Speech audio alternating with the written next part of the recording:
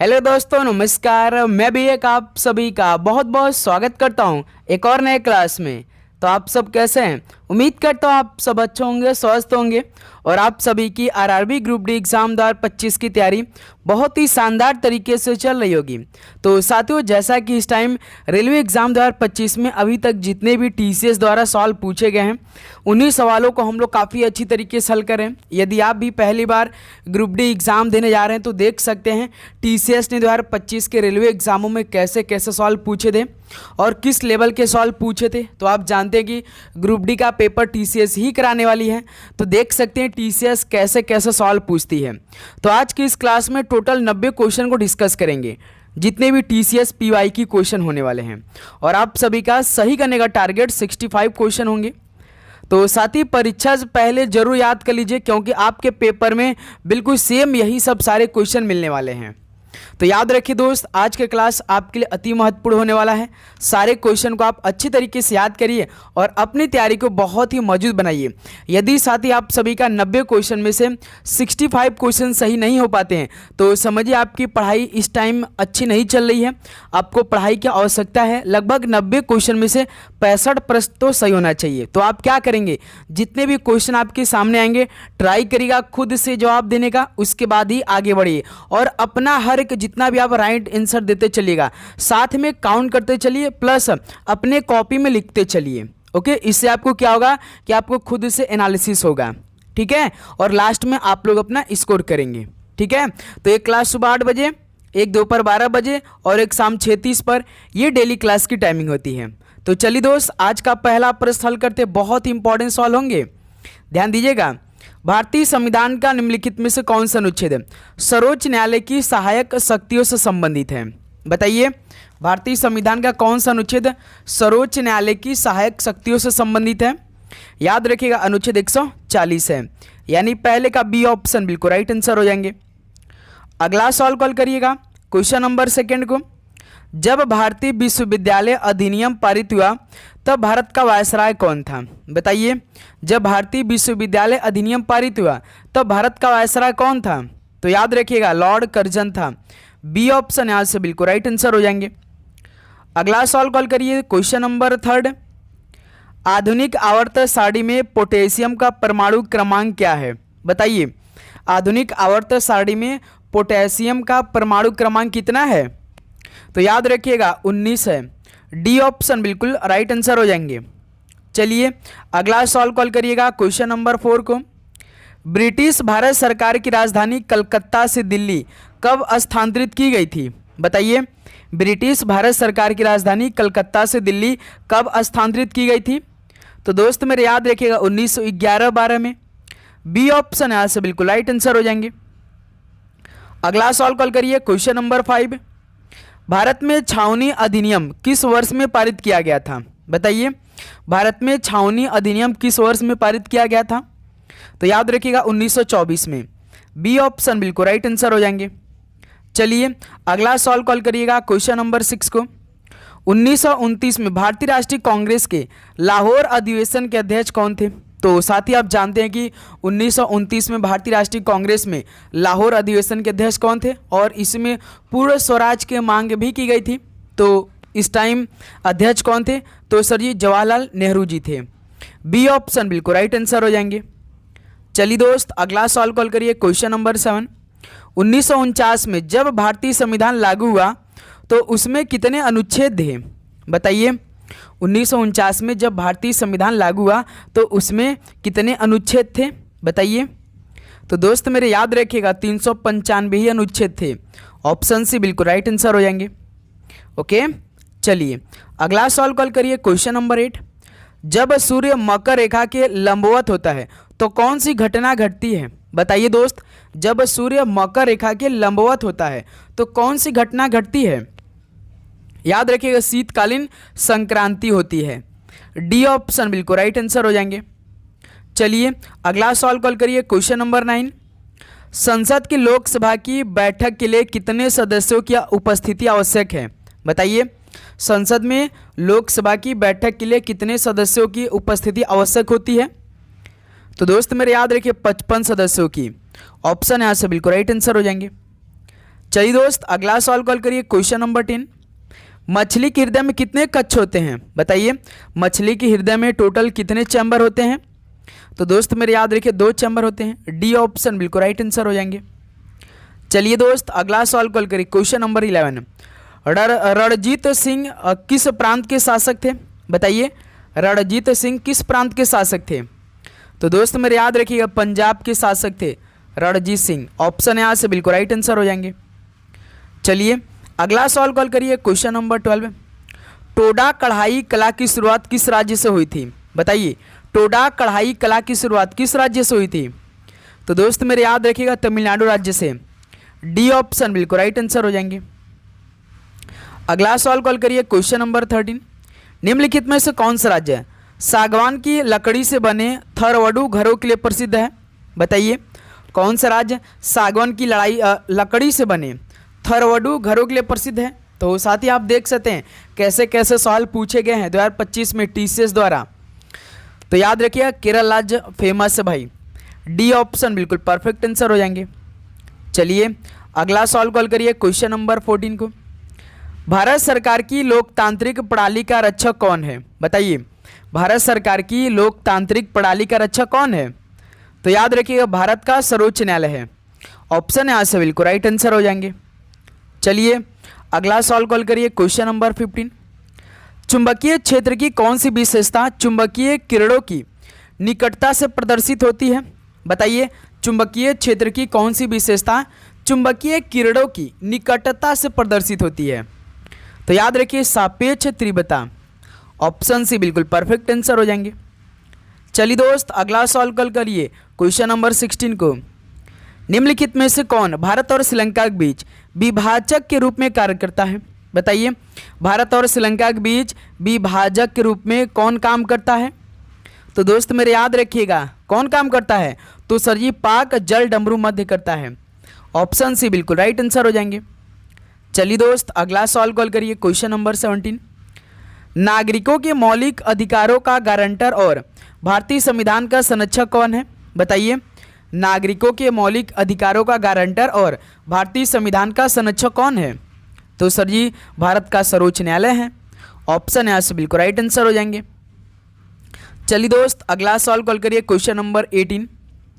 भारतीय संविधान के अनुच्छेद 280 के अनुसार वित्त आयोग एक कैसा निकाय है? बताइए भारतीय संविधान के अनुच्छेद 280 के अनुसार वित्त आयोग एक कैसा निकाय है? तो याद रखिएगा संवैधानिक निकाय है। ऑप्शन सी बिल्कुल परफेक्ट आंसर हो जाएंगे। चलिए अगला सवाल कॉल करिए क्वेश्चन नंबर 19। निम्नलिखित में से कौन ग्रामीण क्षेत्रों से संबंधित स्वायत्त संस्था है? बताइए ग्रामीण क्षेत्रों से संबंधित स्वायत्त संस्था कौन सी है? तो सर जी पंचायत है। डी ऑप्शन बिल्कुल राइट आंसर हो जाएंगे। अगला सवाल कॉल करिए दोस्त क्वेश्चन नंबर 20 को। राज्य का सर्वोच्च विधि अधिकारी कौन है? राज्य का सर्वोच्च विधि अधिकारी कौन होता है? तो याद रखिएगा महाधिवक्ता होता है। बी ऑप्शन बिल्कुल परफेक्ट आंसर हो जाएंगे। चलिए दोस्त अगला सवाल कॉल करिए क्वेश्चन नंबर 21।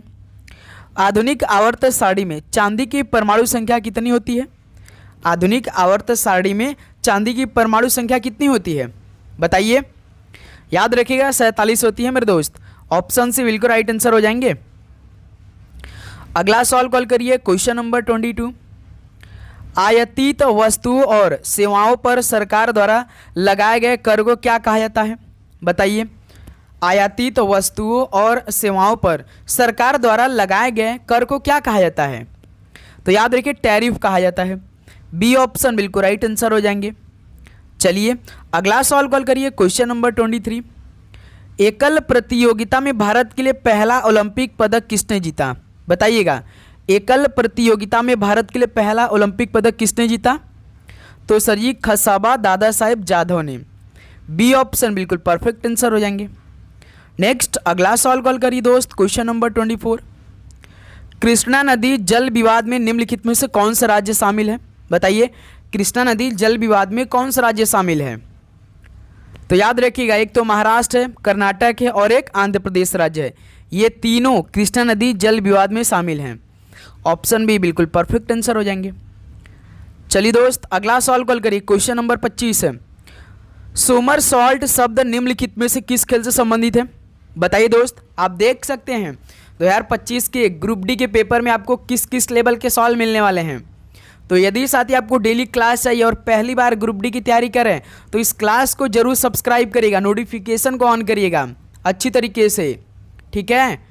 क्योंकि मेरे दोस्त आपको डेली क्लास मिलेगी, चैनल को सब्सक्राइब करके रखेंगे तभी तो आप सभी के पास नोटिफिकेशन पहुंचेगी, ठीक है? तो बताइए सोमर सॉल्ट शब्द किस खेल से संबंधित है? तो ये गोताखोरी से संबंधित है। ऑप्शन यहाँ से बिल्कुल राइट आंसर हो जाएंगे। अगला सवाल कॉल करिए, क्वेश्चन नंबर 26। प्रसिद्ध श्री भ्राम रामबा मल्लिका अर्जुन मंदिर ये किस राज्य में स्थित है? बताइए। प्रसिद्ध श्री भ्राम रामबा मल्लिका अर्जुन मंदिर किस राज्य में स्थित है? तो दोस्त मेरे याद रखिए आंध्र प्रदेश में स्थित है। डी ऑप्शन बिल्कुल राइट आंसर हो जाएंगे। अगला सवाल कॉल करिए दोस्त, क्वेश्चन नंबर 27 को। राजनीति के निदेशक सिद्धांत किस देश के संविधान से लिया गया था? बताइए। राजनीति के निदेशक सिद्धांत किस देश के संविधान से लिया गया था? याद रखिए आयरलैंड के संविधान से लिया गया था, जो कि आर्टिकल 36 से लेकर 51 में शामिल है, पार्ट 4 में शामिल है, जिसे आप डीपीएसपी के नाम से जानते हैं। ओके, तो इस सवाल का सी ऑप्शन बिल्कुल राइट आंसर हो जाएंगे। अगला सवाल कॉल करिए दोस्त, क्वेश्चन नंबर 28। भारतीय संविधान में संशोधन का प्रावधान किस देश के संविधान से लिया गया था? बताइए। भारतीय संविधान में जो संशोधन होता है इसका प्रावधान किस देश के संविधान से लिया गया? तो दक्षिण अफ्रीका के संविधान से। बी ऑप्शन बिल्कुल परफेक्ट आंसर हो जाएंगे। चलिए दोस्त अगला सवाल कॉल करिए, क्वेश्चन नंबर 29। निम्नलिखित में से कौन से निकाय संयुक्त राज्य अमेरिका में HP ब्लावत्स्की और HS ओलकोट द्वारा स्थापित किया गया था? बताइए। कौन से निकाय संयुक्त राज्य अमेरिका में HP ब्लावत्स्की और HS ओलकोट द्वारा स्थापित किया गया था? तो याद रखिए थियोसॉफिकल सोसाइटी की। ऑप्शन भी बिल्कुल परफेक्ट आंसर हो जाएंगे। चलिए भाई अगला सवाल कॉल करिए, क्वेश्चन नंबर 30। निम्नलिखित में से कौन सा अधातु है? तो इनमें से अधातु कौन सी है? याद रखिएगा हाइड्रोजन है। ऑप्शन सी बिल्कुल राइट आंसर हो जाएंगे। अगला सवाल कॉल करिए दोस्त, क्वेश्चन नंबर 31। हिमालय पर्वतमाला के सबसे उत्तरी भाग को क्या कहा जाता है? बताइएगा। हिमालय पर्वतमाला के सबसे उत्तरी भाग को क्या कहा जाता है?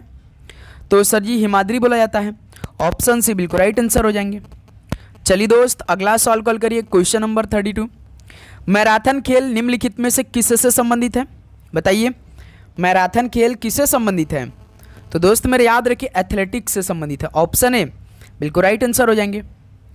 अगला सवाल कॉल करिए, क्वेश्चन नंबर 33। वह भारतीय नागरिक जो सामान्यतः भारत से बाहर रह रहा हो और उसके पास भारतीय पासपोर्ट हो तो उसे क्या कहते हैं? बताइए दोस्त।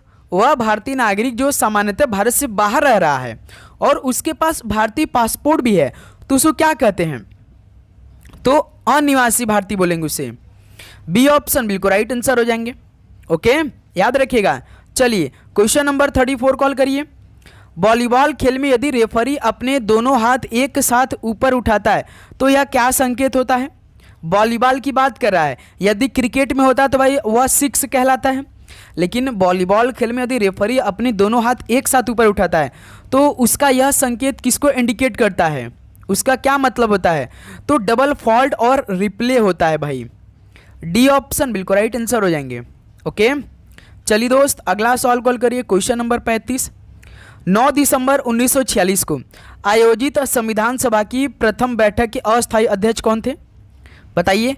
9 दिसंबर 1946 को आयोजित संविधान सभा की प्रथम बैठक के अस्थायी अध्यक्ष कौन थे? तो दोस्त मेरे याद रखिए सच्चिदानंद सिन्हा जी थे। डी ऑप्शन बिल्कुल परफेक्ट आंसर हो जाएंगे। चलिए दोस्त अगला सवाल कॉल करिए, क्वेश्चन नंबर 36।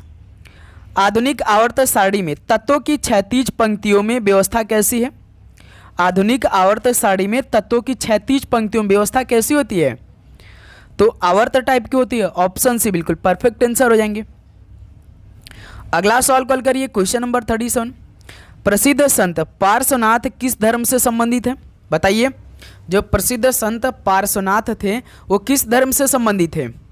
तो सर जी जैन धर्म से। ऑप्शन सी बिल्कुल राइट आंसर हो जाएंगे। अगला सवाल कॉल करिएगा, क्वेश्चन नंबर 38 को। विशिष्ट प्रतिरोध का विपरीत क्या है? विशिष्ट प्रतिरोध का विपरीत क्या है? तो विशिष्ट चालकता है। ऑप्शन सी बिल्कुल राइट आंसर हो जाएंगे। अगला सवाल कॉल करिए दोस्त, क्वेश्चन नंबर 39। निम्नलिखित में से कौन खादर और भांगर मिट्टी से संबंधित है? बताइए कौन खादर और भांगर मिट्टी से संबंधित है? तो याद रखिएगा जलोढ़ मिट्टी। ऑप्शन बी बिल्कुल परफेक्ट आंसर हो जाएंगे। चलिए दोस्त अगला सवाल कॉल करिए, क्वेश्चन नंबर 40। पुरुष क्रिकेट विश्व कप 2011 में मैन ऑफ द सीरीज का खिताब किसने जीता? यानी पूरे टूर्नामेंट में सबसे शानदार प्रदर्शन किस खिलाड़ी ने किया था, उसी के लिए तो भाई मैन ऑफ द सीरीज का खिताब दिया जाता है।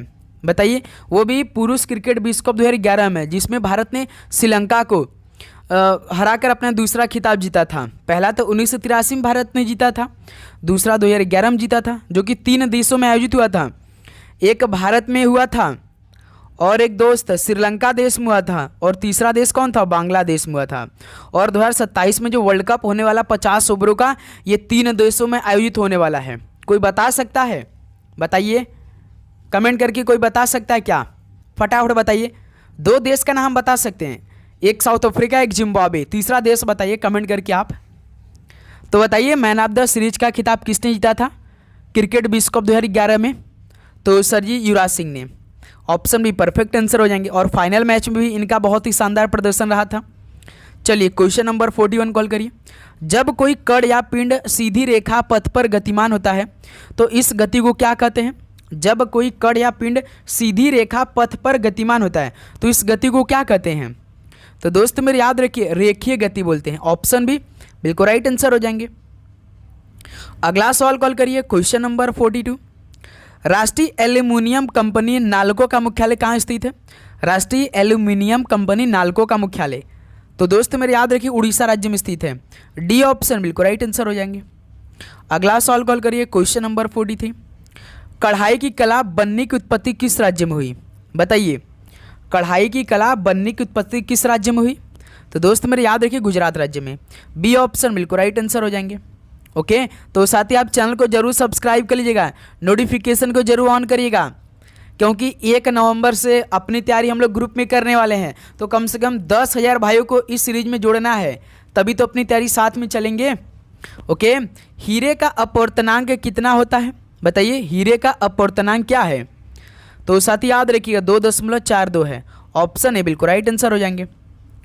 अगला सवाल कॉल करिए, क्वेश्चन नंबर 45। समदाब रेखा समान वाले क्षेत्रों को व्यक्त करती है। तो दोस्त मेरे जो समदाब रेखा समान है ये दबाव वाले क्षेत्र को व्यक्त करती है। ऑप्शन यहाँ से बिल्कुल राइट आंसर हो जाएंगे। ओके, चलिए अगला सवाल कॉल करिए, क्वेश्चन नंबर 46। भारतीय लेखा परीक्षा एवं लेखा विभाग का प्रमुख कौन है? भारतीय लेखा परीक्षा एवं लेखा विभाग का प्रमुख कौन है? तो सर जी भारत के नियंत्रक एवं महालेखा परीक्षक होते हैं, जिसे आप CAG बोलते हैं। ऑप्शन ए परफेक्ट आंसर हो जाएंगे। अगला सवाल कॉल करिए, क्वेश्चन नंबर 47। भारतीय संविधान के निर्माण में कुल कितना व्यय हुआ था? बताइए भारतीय संविधान के निर्माण में कुल कितना खर्चा हुआ था? व्यय मतलब खर्चा होता है, बताइए। तो याद रखिए 6.4 मिलियन रुपए। तो सोच सकते हैं दोस्त, ऑप्शन से बिल्कुल राइट आंसर। 1 मिलियन में 10 लाख रुपए होते हैं। चलिए अगला सवाल कॉल करिए, क्वेश्चन नंबर 48। 1856 में लॉर्ड डलहौजी ने कुशासन के आरोप में किस राज्य पर कब्जा कर लिया था? बताइए 1856 में लॉर्ड डलहौजी ने कुशासन के आरोप में किस राज्य पर कब्जा कर लिया था? तो याद रखिए अवध पर। बी ऑप्शन बिल्कुल राइट आंसर हो जाएंगे। अगला सवाल कॉल करिए, क्वेश्चन नंबर 49। वह समझौता जिसमें भारतीय राष्ट्रीय कांग्रेस और मुस्लिम लीग शामिल थे किस समझौते से जाना जाता है? बताइए वह समझौता जिसमें भारतीय राष्ट्रीय कांग्रेस और मुस्लिम लीग शामिल थे, तो यह किस समझौते से जाना जाता है? किस नाम से आप जानते हैं? तो सर जी लखनऊ समझौता के नाम से जानते हैं। बी ऑप्शन परफेक्ट आंसर हो जाएंगे। ओके, तो साथ ही उम्मीद करूंगा आपको हर एक क्वेश्चन समझ में आ रहे होंगे और आप अच्छी तरीके से अपना स्कोर काउंट करते चल रहे होंगे। पेरू महासागरीय धाराएं किसे कहते हैं? पेरू महासागरीय धाराएं किसे कहते हैं? तो याद रखिए हम्बोल्ट धारा को। ऑप्शन सी बिल्कुल राइट आंसर हो जाएंगे। अगला सवाल कॉल करिए दोस्त, क्वेश्चन नंबर 51। निम्नलिखित में से विश्व की सबसे लंबी नदी कौन सी है? विश्व की सबसे लंबी नदी कौन सी है? तो सर जी नील नदी है। ऑप्शन सी बिल्कुल राइट आंसर हो जाएंगे। चलिए दोस्त आप बताइए कि भारत की सबसे लंबी नदी कौन सी है? ये तो आपने विश्व की बताई, लेकिन आपको केवल भारत देश का सबसे लंबा नदी बताना है। कमेंट करके बताइए भाई कौन सी है। चलिए क्वेश्चन नंबर 52 को हल करिए। बेरोजगारी और विकास दर के बीच संबंध दर्शाने वाला नियम क्या है? बेरोजगारी और विकास दर के बीच संबंध दर्शाने वाला नियम क्या है? तो दोस्त मेरे याद रखिए ओकुना का कानून है। ऑप्शन ए ओकुना का नियम कानून ऑप्शन है, बिल्कुल राइट आंसर हो जाएंगे। ओके चलिए क्वेश्चन नंबर 53 कॉल करिए। निम्नलिखित में से कौन सी नदी बर्ड फूट डेल्टा बनाती है? तो कौन सी नदी भाई बर्ड फूट डेल्टा बनाती है? तो दोस्त मेरे याद रखिए मिसिसिपी नदी। ऑप्शन डी बिल्कुल परफेक्ट आंसर हो जाएंगे। अगला सवाल कॉल करिए दोस्त क्वेश्चन नंबर 58। 1928 में बारदौली सत्याग्रह का नेतृत्व किसने किया? बताइए 1928 में बारदौली सत्याग्रह का नेतृत्व किसने किया था? तो याद रखिए दोस्त वल्लभ भाई पटेल जी ने। डी ऑप्शन बिल्कुल राइट आंसर हो जाएंगे। अगला सवाल कॉल करिए क्वेश्चन नंबर 55। एशियाई विकास बैंक का प्रधान कार्यालय कहाँ स्थित है?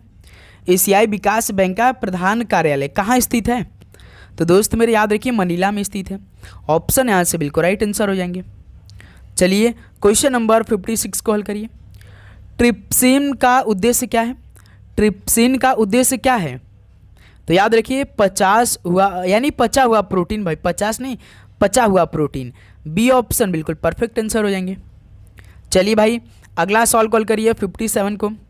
भारत में प्रत्येक नगर पालिका का कार्यकाल कितना होता है? कितने साल का होता है भाई?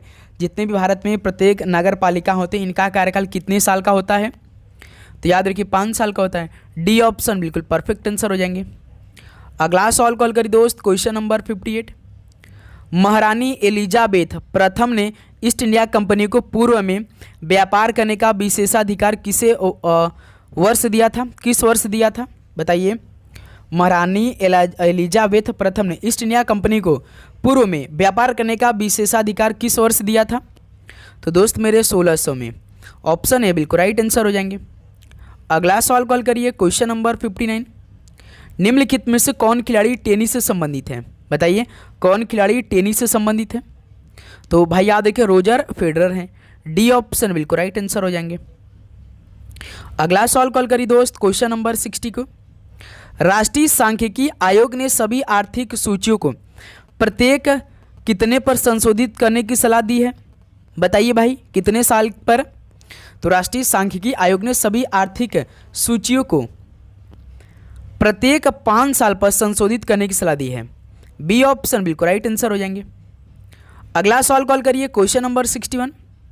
डैश उत्तरी मैदानों का सबसे बड़ा हिस्सा है जो पुरानी जलोढ़ मिट्टी से बना है? तो कौन भाई उत्तरी मैदानों का सबसे बड़ा हिस्सा है जो पुरानी जलोढ़ मिट्टी से बना है? तो याद रखिएगा भांगर है। ऑप्शन सी बिल्कुल राइट आंसर हो जाएंगे। अगला सवाल कॉल करिए दोस्त क्वेश्चन नंबर 62।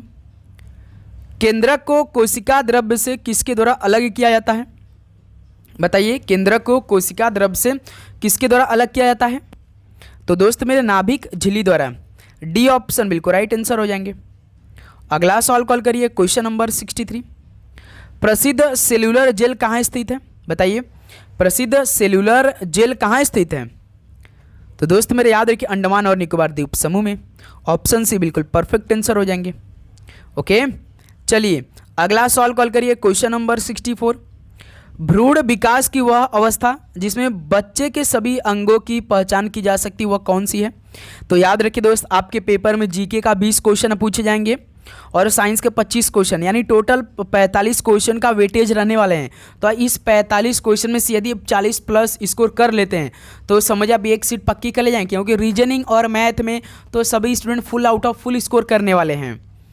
तो अधिक से अधिक आप फोकस करिए भाई जीके साइंस पे। ओके बताइए भ्रूण विकास की वह अवस्था जिसमें बच्चे के सभी अंगों की पहचान की जा सके वह कौन सी है? तो याद रखिए भ्रूण कहती है भाई। ऑप्शन भी बिल्कुल परफेक्ट आंसर हो जाएंगे। चलिए अगला सवाल कॉल करिए क्वेश्चन नंबर 65। जिम कॉर्बेट राष्ट्रीय उद्यान कहाँ स्थित है? जिम कॉर्बेट राष्ट्रीय उद्यान किस राज्य में स्थित है? तो सर ये तो यूके में यानी उत्तराखंड में। बी ऑप्शन बिल्कुल राइट आंसर हो जाएंगे।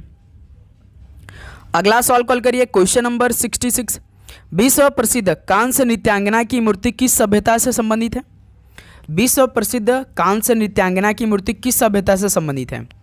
तो याद रखिएगा सिंधु घाटी सभ्यता से है। ऑप्शन यहाँ से बिल्कुल राइट आंसर हो जाएंगे। ओके, अगला सवाल कॉल करिए क्वेश्चन नंबर 67। गंधमार्क की संधि किस युद्ध से संबंधित है? गंधमार्क की संधि किस युद्ध से संबंधित है? तो ये द्वितीय आंग्ल अफगान युद्ध से है, डी ऑप्शन बिल्कुल राइट आंसर हो जाएंगे। अगला सवाल कॉल करिए दोस्त क्वेश्चन नंबर 68।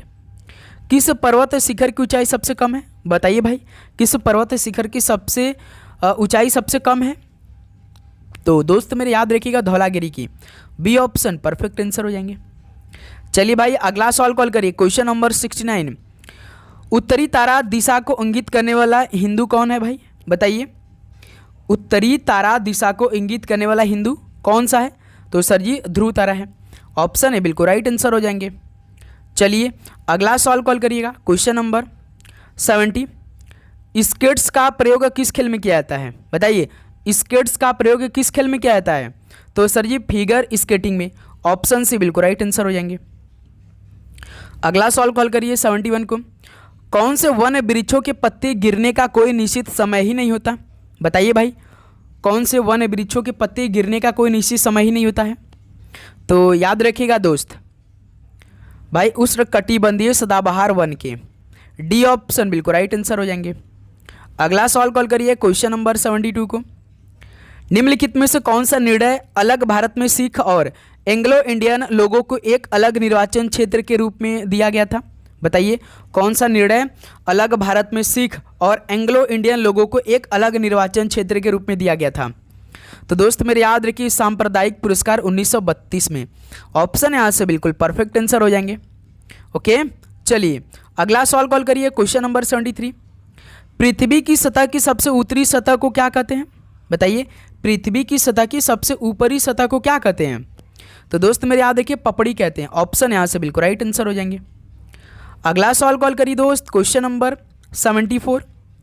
अंतर उष्णकटिबंधीय अभिसरण क्षेत्र की स्पष्ट गति के संदर्भ में क्या विशेषता है? बताइए, अंतर उष्णकटिबंधीय अभिसरण क्षेत्र की स्पष्ट गति के संदर्भ में क्या विशेषता है? तो याद रखिए सूरज भाई, ऑप्शन भी बिल्कुल परफेक्ट आंसर हो जाएंगे। चलिए अगला सवाल कॉल करिए क्वेश्चन नंबर 75। निम्नलिखित में से कौन राज्य विधानमंडल द्वारा पारित कुछ प्रकार की विधेयकों को राष्ट्रपति के विचारार्थ आरक्षित कर सकता है? बताइए, कौन राज्य विधानमंडल द्वारा पारित कुछ प्रकार के विधेयकों को राष्ट्रपति के विचारार्थ आरक्षित कर सकता है? तो याद रखिए गवर्नर कर सकते हैं, यानी राज्यपाल, ऑप्शन सी राइट आंसर हो जाएंगे। अगला सवाल कॉल करिए दोस्त क्वेश्चन नंबर 76। भगत सिंह, सुखदेव और राजगुरु को कौन षड्यंत्र मामले में आरोपी बनाया गया था? बताइए कहाँ के?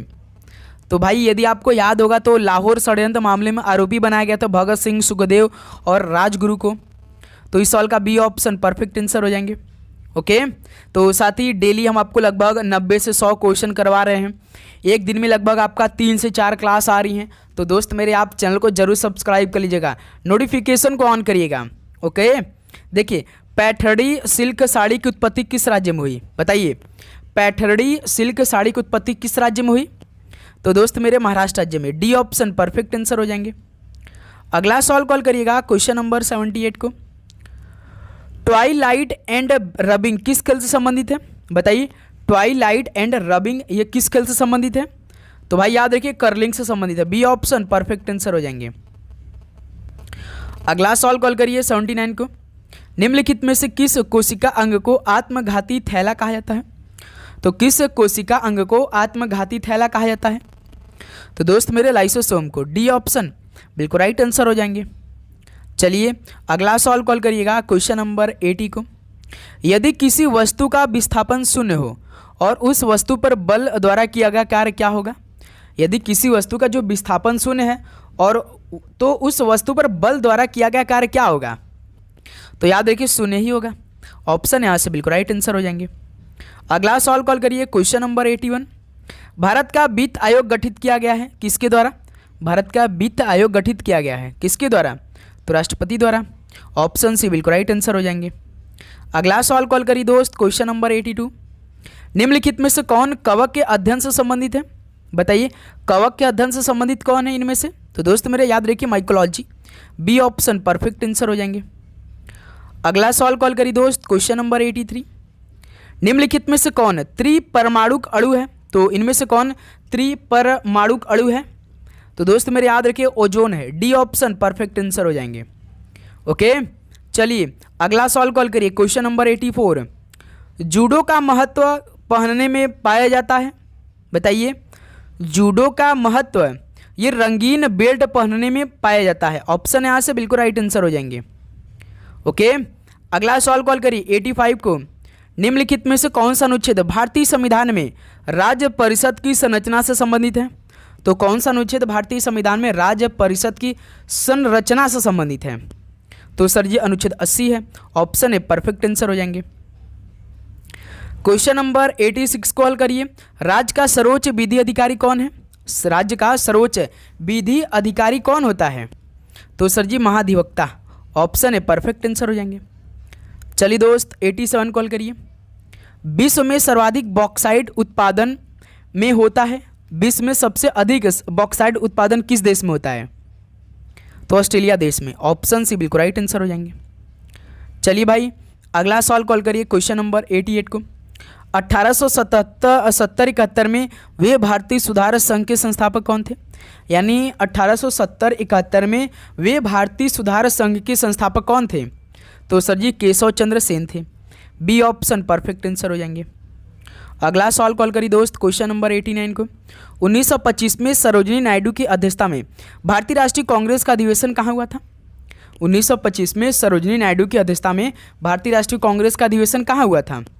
तो दोस्त मेरे याद रखिए 1925 में पहली बार एक महिला ने की थी, उनका नाम तो सरोजिनी नायडू, जो कि 1925 में हुआ था कानपुर में। चलिए लास्ट क्वेश्चन बताइए दोस्त 90 नंबर का। निम्नलिखित में से कौन भारतीय संविधान के पंचायत से संबंधित है? तो कौन भाई भाग भारतीय संविधान की पंचायत से संबंधित है? तो सर जी भाग 9 है। ऑप्शन यहाँ से बिल्कुल परफेक्ट आंसर हो जाएंगे। तो दोस्त मेरे फाइनली यह 90 क्वेश्चन कंप्लीट हो गया। तो अब बताइए साथी आप सभी का टोटल 90 क्वेश्चन में से कितना स्कोर रहा? ईमानदारी के साथ बताएंगे अपना अपना स्कोर, सभी दोस्त बताएंगे। तो उम्मीद करूँगा दोस्त आपको हर एक क्वेश्चन बहुत ही शानदार तरीके से समझ में आया होगा, किसी प्रकार का डाउट नहीं हुआ होगा। सारे क्वेश्चन आप तैयार कर लिए होंगे इसी क्लास में। यदि किसी प्रकार का डाउट आपके मन में है तो कमेंट बॉक्स में जरूर पूछेगा। ओके मेरे दोस्त, और चैनल को जरूर सब्सक्राइब करिएगा। दोपहर और लगभग आपका 3 से 4 बजे क्लास आती है और एक शाम को 6:30 पे क्लास आती है। एक दिन में 4 क्लास प्रोवाइड कर रहे हैं। आप सोच सकते हैं कितना मेहनत आपके पीछे हो रही है। बस आपको मेहनत करने की आवश्यकता है, ठीक है? तो साथी जरूर डेली क्लास करिए, डेली मेहनत करिए। मिलते हैं साथी एक और नए क्लास के साथ। सभी को जय हिंद, जय भारत। पढ़ाई करते रहिए। All the very best. धन्यवाद।